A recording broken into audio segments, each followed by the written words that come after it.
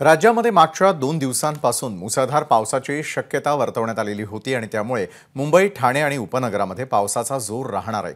मुंबईतही दुपारनंतर पावसाचा जोर वाढणार आहे। दरम्यान दादरमधून पावसाचा आढावा घेतलाय आमचे प्रतिनिधी प्रभाकर कुडाळकर यांनी।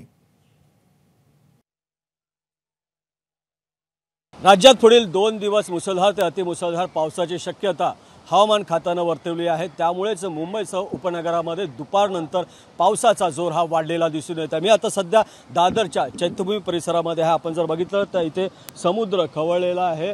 वाऱ्याचा वेग जो आहे हा 52 किलोमीटर प्रति तास याप्रमाणे आहे। आपण जर बघितलं तर पावसाची संततधार ही दुपारनंतर सुरू होती आणि त्यामुळे अनेक जे मुंबईचे जे सखल भाग आहेत तिथे जे आहेत पाणी हे साचण्यास सुरुवात झालेली आहे। मात्र आपण जर बघितलं तर ह्या समुद्राच्या लाटा ज्या आहेत ह्या प्रचंड आहेत।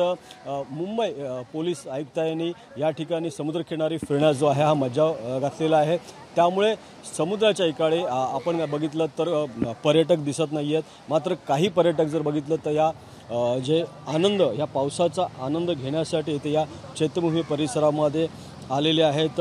मुंबई शहर मुंबई उपनगर, ठाणे, पालघर आणि रायगड, रत्नागिरी, सिंधुदुर्ग, ठाणे, सातारा, कोल्हापूर, वर्धा, गोंदिया, गडचिरोली आणि चंद्रपूर या 14 जिल्ह्यांमध्ये मुसळधार पावसाची शक्यता ही हवामान खात्यानं वर्तवलेली आहे। त्यामुळे 2 दिवस हे पावसाचे असणार आहे। त्यामुळे बाहेर असं कुठे समुद्रकिनारी धरण क्षेत्रामध्ये जाऊ नये आणि जे वीकेंड आहे शनिवार रविवार असल्यामुळे जास्त जे आहेत हा पावसाचा जोर असणार आहे। त्यामुळे बाहेर जास्त जाऊ नये असं आव्हान जे आहे प्रशासनाकडून करण्यात आलेलं आहे। कॅमेरा पर्सन कृष्णा खरपेसह प्रभाकर कुडाळकर, एबीपी माझा, मुंबई।